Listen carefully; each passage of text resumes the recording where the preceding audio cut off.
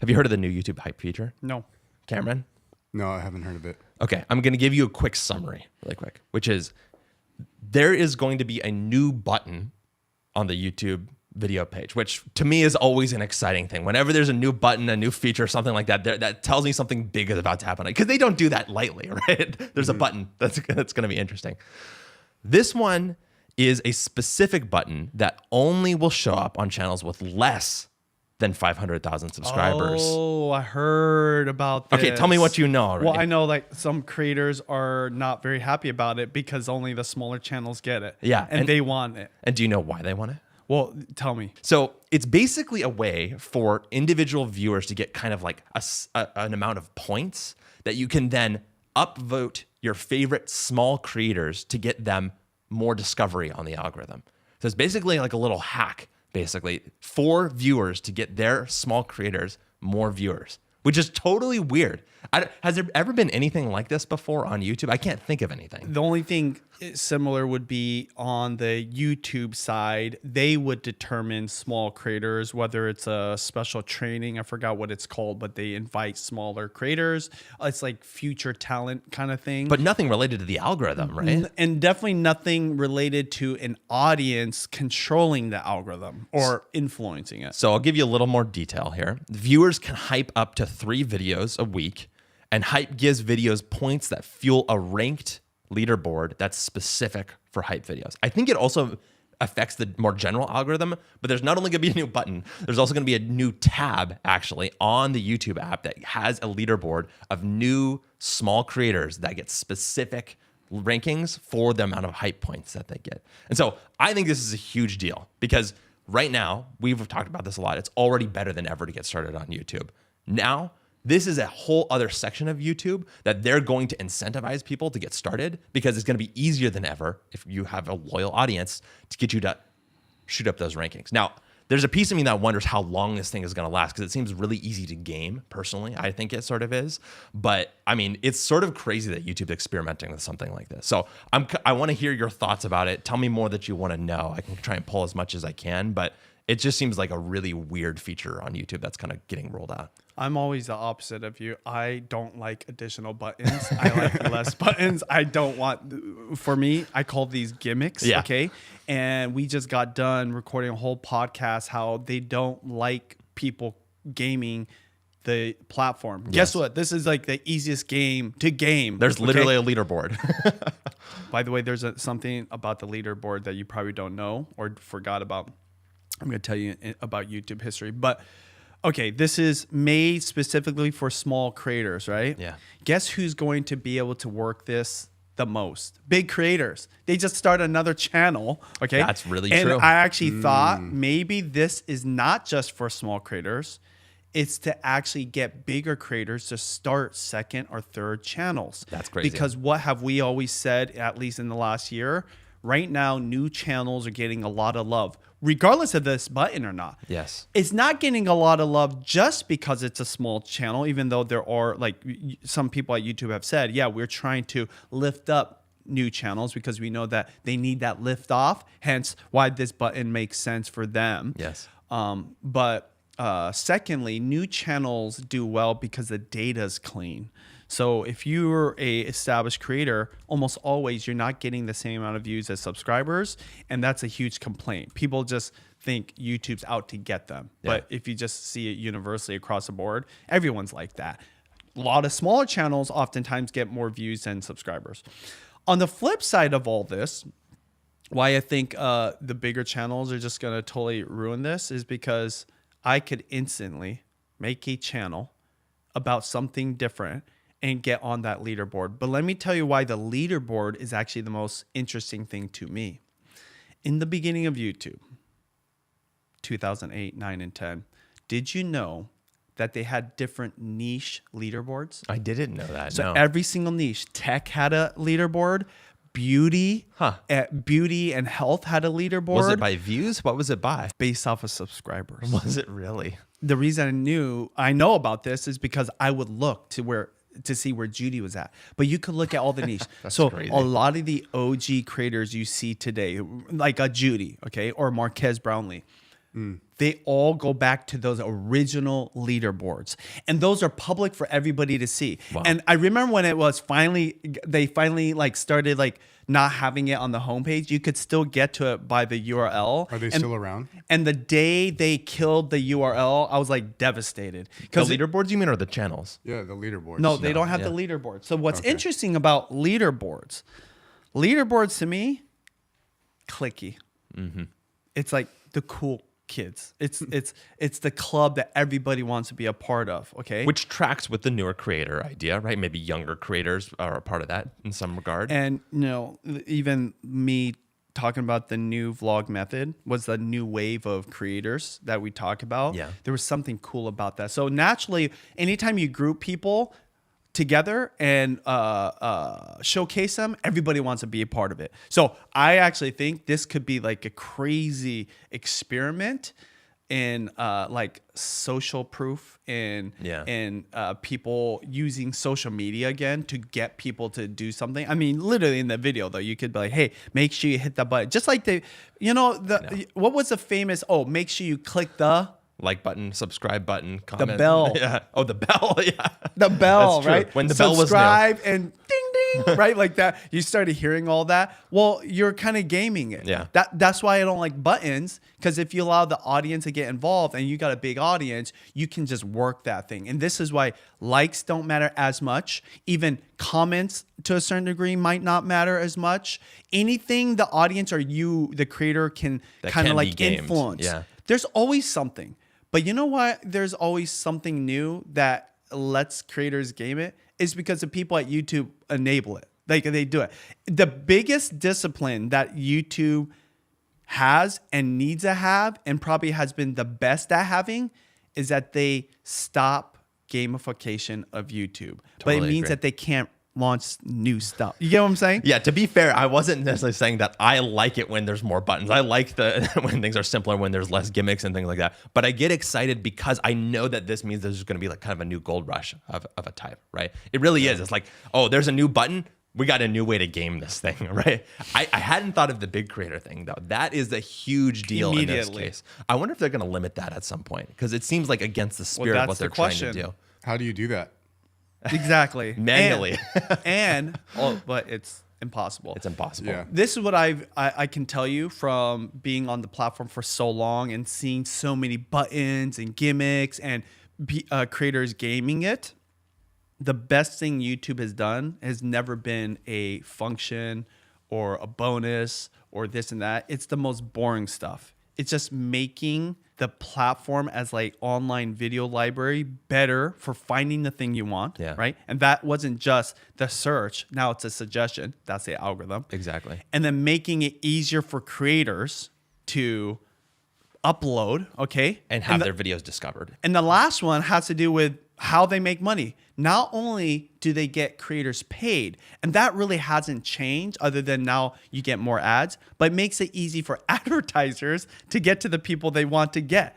Those three things is all YouTube really has done, in my opinion, that made it great. All the other stuff is just flash. It's kind of like waxing your car. Ultimately, like the more you wax a car, yeah, it might get shinier and it might glisten in the right light, but everyone cares about the engine. They care about how it drives, the interior, really generally how the car looks, regardless of like 5 wax jobs or 1. And so ultimately, that's how I think about this. Now, it's exciting because, like, let's see what creators do. Yeah. Let's see if new creators get a little bit of love. And I definitely will kind of test it out. But will this even be a thing 5 years from now? But then it makes me think, though, that leaderboard in the beginning, we're talking that was like a good 3-4 years. That was a big deal. Yeah, exactly. As the top creators, of course, always looked at it, but not just the top creators. Viewers would look at it. Viewers would be like, oh, who's like coming up? So like if you're in the last 20 and you got kicked off, well, we were wondering who's the new person. Exactly. And to see a new person like rising up the ranks, you'd be like, oh, there's something about this person. So maybe you would never be interested in their content, but because they're rising on the ranks, you would look at it. You're just curious because it's like when people are standing outside of a restaurant and there's a huge line, you're like, oh, maybe I should try that restaurant. Exactly. Yeah. And so that's going to happen. And the question about the leaderboard is, how are they going to break it down? Is it going to be by niche? Is it going to be by like how to and style? By the way, this is another crazy thing I just realized. All the different, you know how you label a channel, how to and style, tech and whatever. It came from those original leaderboards. Yeah, let me read a couple more things. So to answer your question there, YouTube is also developing hype leaderboards for specific interests like gaming and style, and a way for fans to share that they've just hyped a video. There's a couple of other things though, right? So I want to focus on that big creator thing. The big question, I think, is what YouTube is trying to incentivize here. What do they want out of this? Because they know that adding a button is a big deal, right? They probably have like 1,000 people look at that one button idea, if not more, in YouTube and Google to decide whether or not it actually ends up on the YouTube page and whether they roll it out to a big, because it's been going on for like a year or so that they've been doing this in other countries and stuff like that. What are they trying to incentivize? So one of the things that I'm interested in is the cutoff of 500,000 subscribers.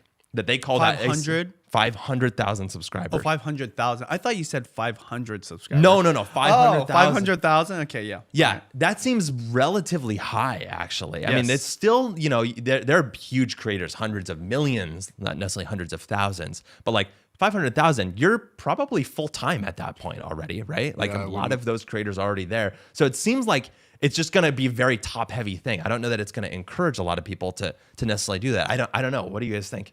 I wouldn't consider that a small creator. Yeah, it's kind of interesting. I don't know. What do you think? That must be some kind of threshold for when either something happens with the algorithm or when they feel that you as a creator kind of get to another level. Okay, there is something I want to comment on, which I think is okay. We talk about how awesome YouTube is. There's one thing that YouTube can't do. It's like everyone else has the FOMO, like other platforms, for doing video. And this goes all the way back to 2014 when Facebook started doing videos. And then every platform said, we're going to be video first, right? And now it's like all you see on Instagram is Reels. But there's one thing that YouTube has always had FOMO about, Google in general. It was their biggest failure. What was Google and YouTube's biggest failure? That's a hard question. I don't know. It relates to social. It was Google Plus. Oh, Google Plus, of course. Why is social so important? That was totally wiped from my memory. That's Right. crazy. Why is social so important? It's because that's where people hang out and socialize. Okay. Well, what's the first thing you guys do when, I know you guys don't go on Facebook a lot, but like this is the one that everyone can relate to. If you see something on Facebook that you think is really cool, that you feel like everyone should see, what do you do on Facebook? You share it. You share it. YouTube has never had a sharing culture because one, it's not truly a social media platform. They had to choose. That's why Google Plus failed. They're trying to make both, but they weren't going there for social. So it was like forced down our throats. We just didn't like it. And not even because we're protesting against it, just like it wasn't that. Yeah. It was a video platform. So the sharing, they also don't have DMs because they're not a social media platform. Yeah. Those are the two ways all these other platforms get things to go viral. How many times, I just realized, I always thought when I get something shared to me on Instagram, this shows you how old I am. When I get something shared to me in my Instagram DMs by one of my friends or family, I thought they wanted to share that specifically to me. But I realized one of the ways you share content on Instagram and Facebook specifically is you hit the share button, right? That little arrow, that little paper plane. Yeah. And then you can like pick a whole bunch of people. Oh, yeah. I'm just one of those it'll let people. you share to everyone. I didn't know that. Did they really? Yeah. Okay, so that makes sense. Okay, but how powerful is that? Because say you have 1,000 friends and you do the share to everybody through a DM. Oh, I didn't even know is that. crazy. So think I'd about never do that. that. Now it gives me a different perspective of there's like 3 people. I'm not going to name their names that always share stuff with me. I thought they were sharing just with me. But guess what I've done every single time they share something with me? I watch it. Yeah. So that person gets a view.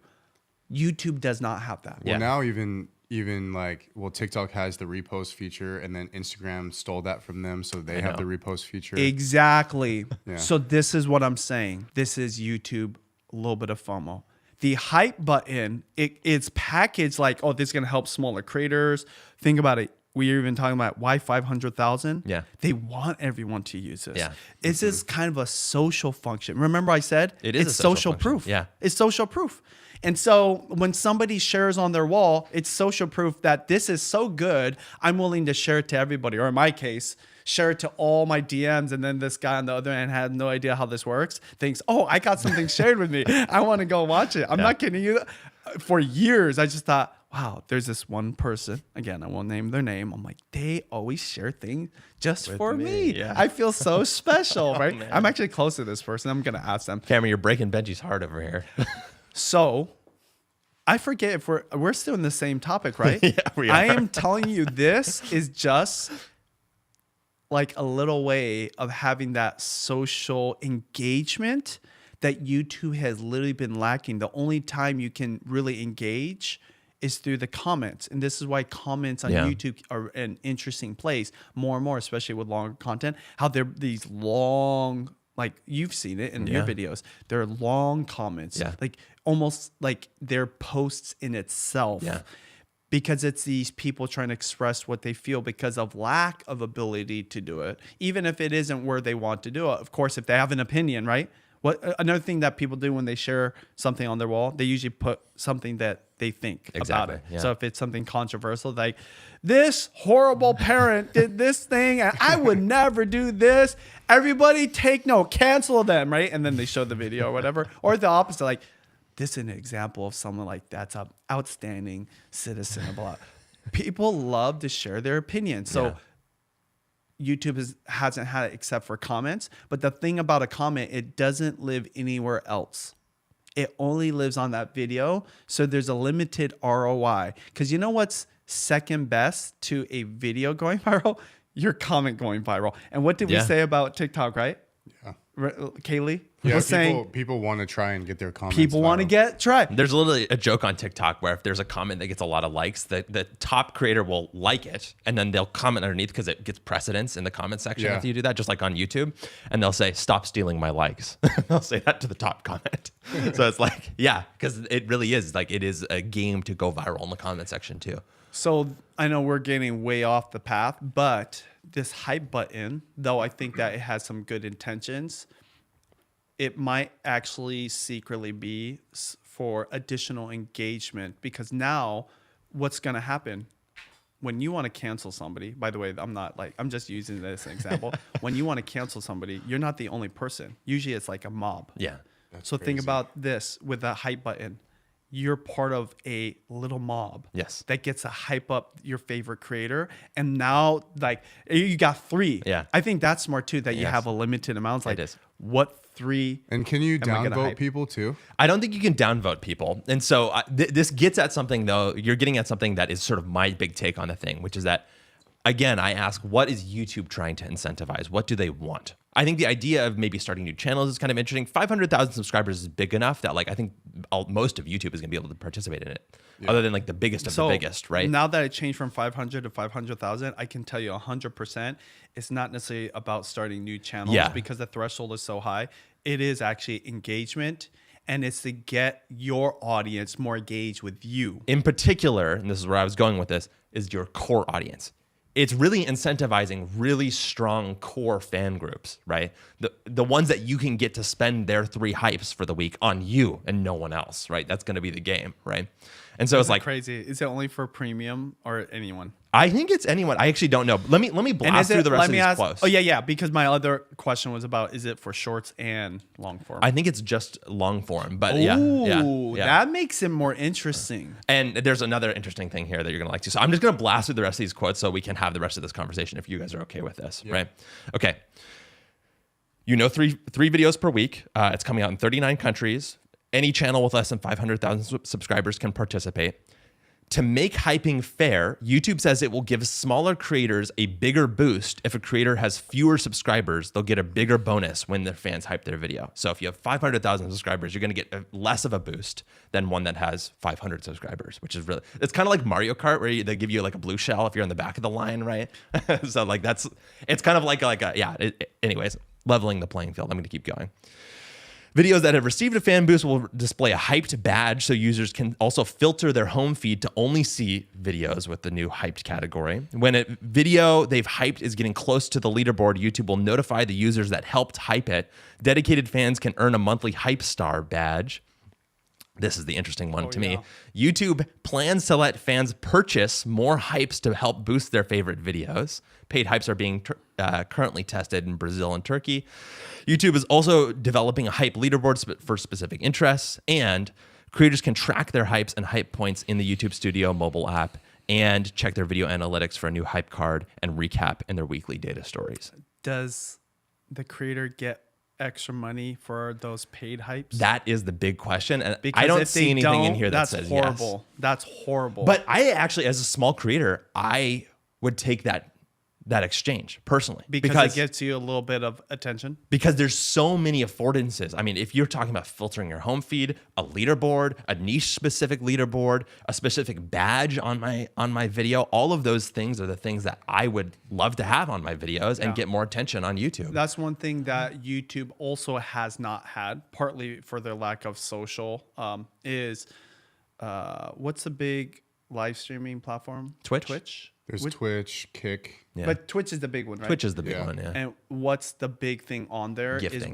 Is gifting. Yeah. And YouTube has had that, weirdly, like multiple iterations of that Yeah. or different forms of that. And I don't think it's as significant in the YouTube culture. So it's like they're also trying to create this because, yeah, if the audience spends money to do a hype thing, whatever that is, and they want to use it for a specific creator, I'm always a fan of course, like I'm biased about this, the creator getting some of that. Yeah. Why not? That's very true. I Like, do agree they with should you. because then this is why I say it. It's not because I know how to run a platform. It's because I know how the creators will feel ultimately. Because what if like they're getting tons of hypes, paid hypes or whatever, and then guess who's making the money? YouTube. Dude, it's like they're the casino. I think at the end of the day, for me, it's going to be an interesting experiment to see YouTube try this thing out. I'm just excited to see what type of creators get surfaced. I probably will use the feature because I'm so curious about it, right? I also think I could personally be a benefactor of something like this because I think that on my channel, if I start uploading again, I have a dedicated core audience. And so to me, it's interesting that it's less about the sort of, because there's certain channels that are kind of like very trendy or triage based where it's like, oh, we're going to talk about the trendy news topic. And it's like not necessarily core fans. It's kind of more like topical fans and things like that. Less on YouTube than on TikTok. But I can see YouTube trying to do this and like trying to level the playing field in this, to your point, social and gamified way, which I find really interesting. Sorry to be the party pooper here, but this is a reality. Anytime you introduce something to help a creator, whether it seems organic or good, that means it pushes another creator out of that other person's feed. Yeah. And this is why I like the video being the determining fact. And this is why right now, at least, that suggestion based off of audience view duration, and this is why I think that longer videos are winning, is the best metric. So this one is something that can be gamed for sure. We just went over some scenarios. We don't even know what else can.